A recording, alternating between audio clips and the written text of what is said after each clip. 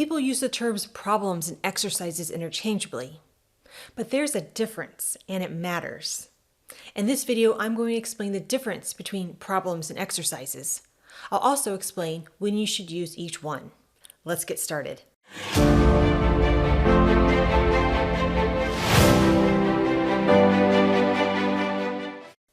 If you're joining me for the first time, then welcome. I'm Amy, and on this channel I talk about learning, programming, and skill building. Let's dive into it. Professor Paul Zietz defines problems and exercises through a mathematical perspective, but his definitions are applicable to programming. Let's start with exercises. Take 5 times 5. That's an exercise. So is 5,496 times 489. Now this second example is a bit harder and might take you a bit longer to solve, but you know what to do, and that is the key point. According to Zietz, an exercise is a mathematical question that you immediately know how to answer. There's no doubt how to proceed. That's the key point here, so let me say it again. There's no doubt how to proceed. That's why the last two examples were exercises. You know how to solve 5 times 5. You also know how to solve 5,496 times 489. In both cases, you know exactly what to do. You know how to proceed, but that's not the case with a problem. A problem, according to Zietz, is a mathematical question you do not know how to answer, at least initially. If you've ever read a problem statement and had that deer in headlights feeling, when you're unsure of how to start or how to proceed, then you're likely working on a problem. Now let's take these definitions and apply them to programming. A programming exercise is when you read the problem statement and you know exactly what to do. Now, exercises have their place. You'll find them useful to do in order to keep old concepts fresh as you learn new ones. For example, you're learning JavaScript right now, but you don't want to forget everything you learned about Python.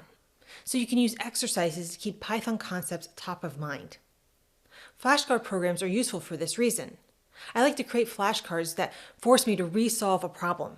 As I repeat the problem over and over again, over time the problem eventually becomes an exercise. Eventually, I know what to do. I know how to proceed. But exercises are a slippery slope. On the one hand, they're useful for learning purposes to help you retain what you've gained along the way. But on the other hand, it's easy to get too comfortable.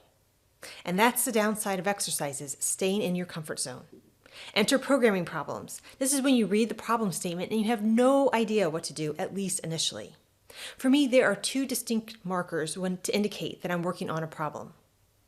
First, I know when I'm working on a problem because I'm outside of my comfort zone, and you know exactly what this feels like.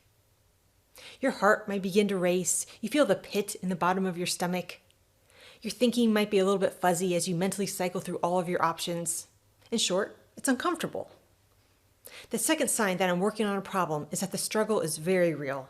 Problems will test your mental stamina and patience. Progress can be very slow, and the process can be downright tedious. I've toiled away at problems for hours, days, and even weeks. Now, it's not to say that exercises can't challenge you. They can. But it's one thing to know that you need to use a particular method. You're just having trouble getting it to work properly. That's a challenge, and that can be very frustrating and time-consuming.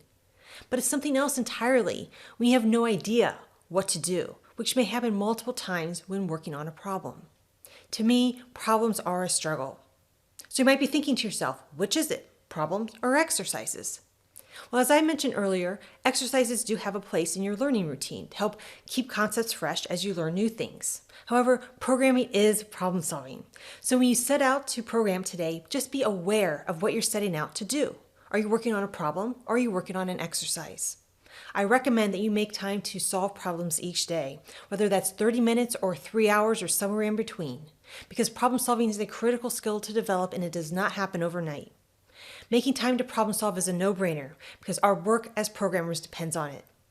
After all, programmers solve problems.